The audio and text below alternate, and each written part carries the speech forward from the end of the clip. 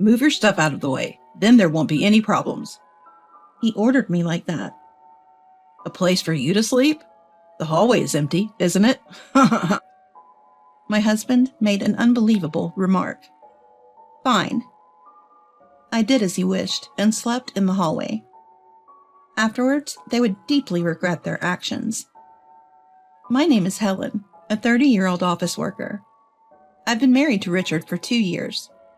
We met through work. Our respective companies were business partners, and we were both in charge of the account. Initially, someone else had been in charge, but partway through, Richard took over, and that's when we met. Richard gave the impression of being a hardworking and serious person. After working together several times, Richard invited me to dinner, and that led us to exchange contact information. From then on, we started meeting privately as well, and began dating. Richard is 2 years older than me, very understanding and reliable. He always looks cool, taking care not to make me feel uncomfortable during dates. With his gentle and grateful personality, Richard looked incredibly wonderful. We continued to date, and about 2 years later, we decided to get married. I was very happy to decide to marry the man I loved, Richard. After that, we held a family meeting, introduced our families to each other, and then had our wedding ceremony. Many people attended our wedding, making it a memorable ceremony. Seeing Dad and Mom cry, I felt happy, thinking I had done something good for my parents. After that, we went on our honeymoon and began our married life upon returning to the country. Our married life was incredibly enjoyable, and I felt happy every day.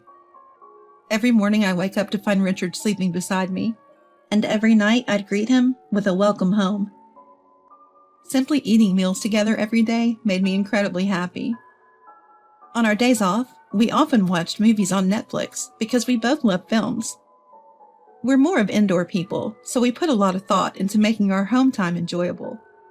We invested in a comfortable sofa and even got picky about the coffee we'd sip while watching movies.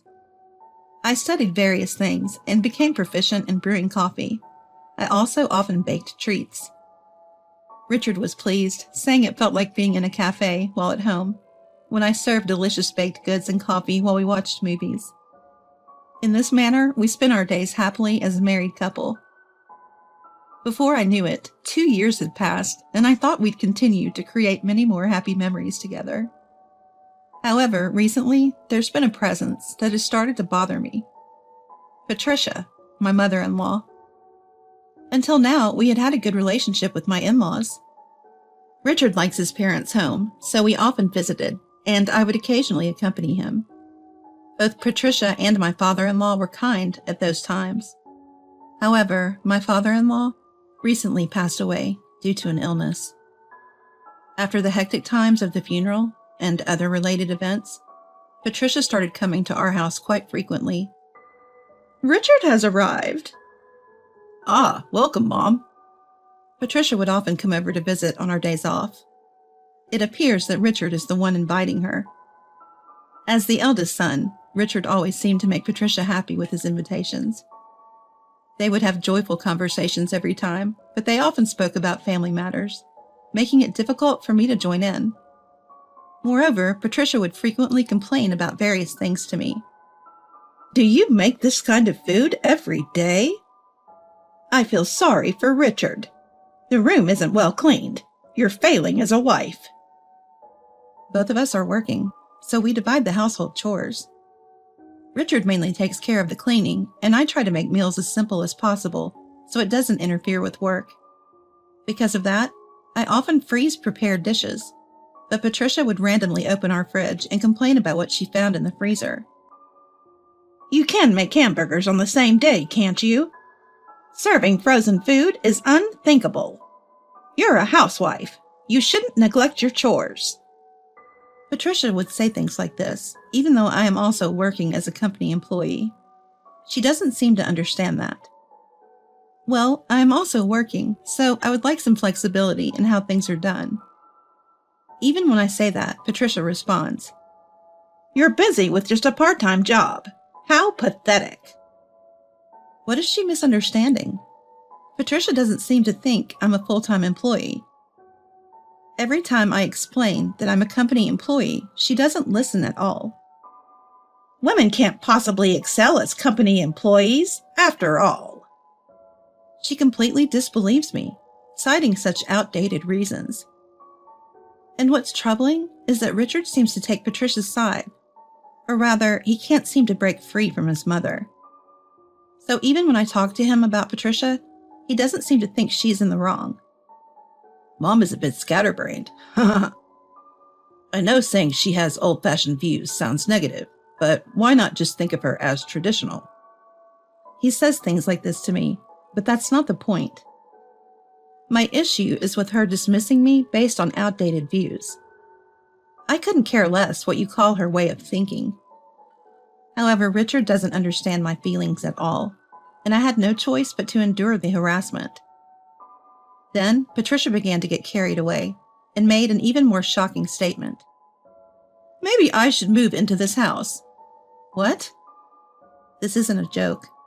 Why would she even say something like that? Coming over to this house all the time is kind of tiring, so I was thinking maybe I should just live here. I absolutely do not want that to happen. But of course, Richard agreed. That's a great idea. Let's all live together. That's what Richard said. I talked to Richard after Patricia had left. You agreed to live with Patricia, but what are we going to do about the rooms? Our house is a 2LDK, and we don't have any spare rooms. We were using the 2 rooms as a bedroom and a storage room for our belongings. Therefore, there's no space for Patricia to live if she comes. What on earth is Richard planning to do? Then, Richard said something unbelievable. Just clear out your stuff. Then there won't be any problems. He ordered me like that. What? I was surprised that Richard would suddenly say something like that, and also shocked at his attitude. Why is he suddenly so cold? Why are you speaking so harshly? Mom said you were bullying her. What? You spoke insultingly about Mom, didn't you? I had no idea what he was talking about. While it's true that Patricia had said unreasonable things to me, and I had retorted, I hadn't used any language that could be considered insulting. Probably Patricia said that to discredit me. I haven't said anything insulting. Don't lie. I'm not lying. So you're saying Mom is lying? Yes, Patricia is spouting nonsense. Hearing that, Richard's face turned bright red with anger. Cut it out. So Mom was right. Your true nature is terrible. Why won't you believe me? Obviously, I believe what Mom says is correct. Anyway, clear all your stuff out. We're putting Mom's stuff in. Mom and I will share the bedroom. So where should I sleep then? Where can you sleep? How about the hallway? Richard made an unbelievable statement. Fine. I really can't believe it. How could he do such a thing? My affection for Richard cooled instantly. And when Patricia arrived, they really did clear out my stuff and put hers in. What's more, the bedroom was now being used by Richard and Patricia, leaving me without a place to sleep. I couldn't believe they would actually make me sleep in the hallway. Richard and Patricia smirked at me as I stood there, stunned. But I won't give in to such people. As they wished, I slept in the hallway, no matter what. Later, Richard and Patricia would deeply regret this. To sleep in the hallway, I bought a high-end sleeping bag so that my body wouldn't ache.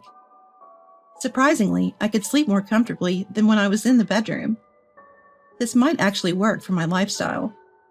Plus, Richard's snoring often kept me awake, so maybe not being bothered by that is a good thing. While staying positive, I was set on getting my revenge on Patricia and Richard. I started keeping a daily log of the harassment I was subjected to. Patricia made it easy for me to record her, since she would loudly berate me. I documented every instance of her bullying me, making it look tough even though I was actually comfortable. About 3 months later, one day Richard brought a colleague home from work. Apparently, they decided to continue their night out by drinking at our place. Patricia took this as an opportunity to act like a good person and tried to impress Richard's colleague. Your mom seems like a kind person. Hearing that, Richard looked quite pleased. I was busy making food and preparing drinks. They kept the party going, and eventually Richard's colleague decided to stay the night.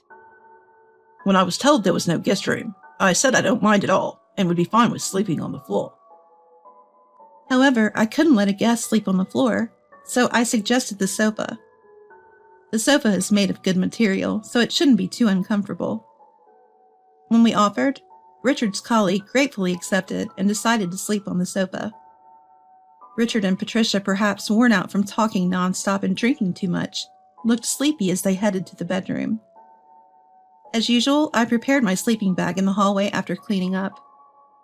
I also continued my habit of recording the harassment I endured from Richard and Patricia.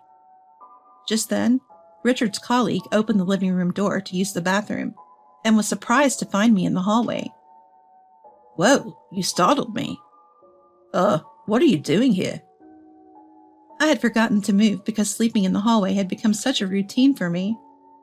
But at this time, I saw this as an opportunity. I've been told to always sleep in the hallway. What? Richard's colleague seemed sober now and was listening intently to what I had to say. Is he really making you do this? Yes, he told me there are too few rooms, so Patricia's stuff goes inside and mine goes out. I was even locked out of the bedroom I used to share, so now Patricia sleeps there instead. Wow, that's messed up.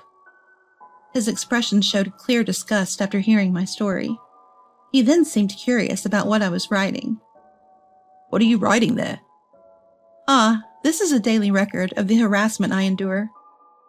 Having something like this can be advantageous in case of a divorce. I see. May I take a look? Yes, of course. I showed him the journal where I recorded the daily harassment. He skimmed through the contents, then returned the journal to me with a sigh. Richard's mother is quite terrible too, isn't she? To be honest, I never thought he'd be such a lowlife. You should leave him as soon as possible.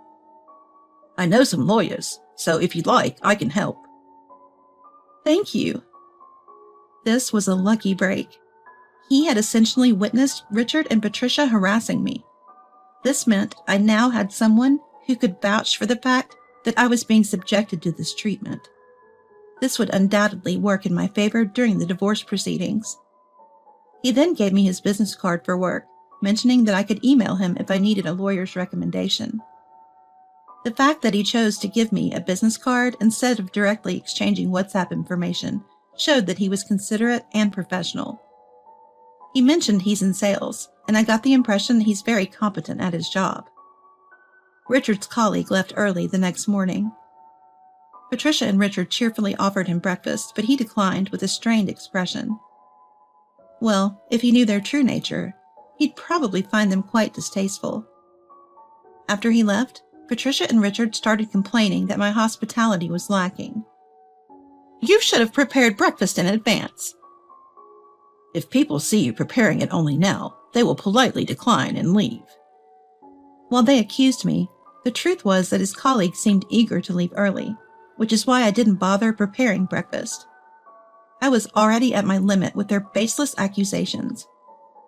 I immediately sent messages to the colleague asking for a lawyer recommendation. When I showed the lawyer my harassment journal, they told me that not only could I divorce Richard on the grounds of his behavior, but I could also claim compensation for the emotional distress they had caused. I went to the office to get the divorce application form, and upon returning home, thrust it in front of Richard. I can't tolerate this life anymore. Let's divorce. Upon hearing this, Richard looked shocked. However, Patricia seemed extremely pleased. Isn't it great? You can get rid of unpleasant people. I always thought Richard deserved better. He should remarry a young woman at work and have kids soon. Patricia said that, and Richard also seemed keen to divorce me. That's absolutely true. I've decided to break up with you, haha. Saying this, Richard filled out the divorce papers. Then I'll go submit these now, and then I'll pack my things and leave." Hearing that, both of them looked extremely pleased. "Let's go celebrate today. How about we order some top-grade sushi?" Ignoring their jubilant chatter, I left the house to submit the divorce papers to the office. Finally, I would be free from that house.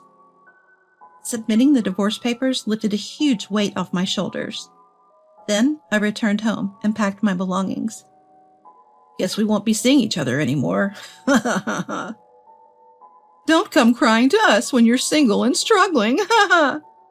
Both of them said that in a condescending manner. Standing at the doorway, I retorted to Richard and Patricia. As if I would ever rely on a spineless mama's boy and his foolish parents. What did you just say? How dare you say that? Patricia and Richard blushed with embarrassment at my harsh words. I'm just telling it like it is. I won't forgive the constant torment and bullying you've put me through. I've already hired a lawyer. So I will sue you for the emotional distress you've caused me with your words and actions. Upon hearing this, both looked extremely flustered. Wait, are you serious about suing? We haven't done anything that bad, have we? If you lack awareness, all the more reason for you to experience the consequences. In any case, I'll be sending a certified letter, so you can check the details there. Both of them went silent, their faces pale. In my heart, I yelled, "It worked!" and felt a surge of joy throughout. Even now, remembering the troubled faces of Richard and Patricia makes me smile. Afterwards, I went through my lawyer to claim compensation from Richard for causing me emotional distress through his words and actions. With ample evidence available, he had no choice but to pay. Moreover, that colleague of his spread word of Richard's unacceptable behavior within the company. Now Richard is looked at with cold eyes by his coworkers. He's whispered about behind his back, referred to as a pathetic man who hurts others with his terrible words and actions, and he's reportedly feeling quite uncomfortable. However, with the payment of the compensation due in the divorce proceedings, and having to cover living expenses and rent for Patricia as well, Richard must be in quite a tough situation now, especially considering his salary isn't that high to begin with, and his career prospects have dimmed. But it's all Richard's own fault, and I really think he got what he deserved. On the other hand, I've started living in a single-bedroom condominium near my workplace, and am enjoying very comfortable days. Being close to the office allows me to work overtime until the last minute, and I'm able to achieve good results in my job. For now, I plan to focus on my career, aiming for advancement while living a work-centered life.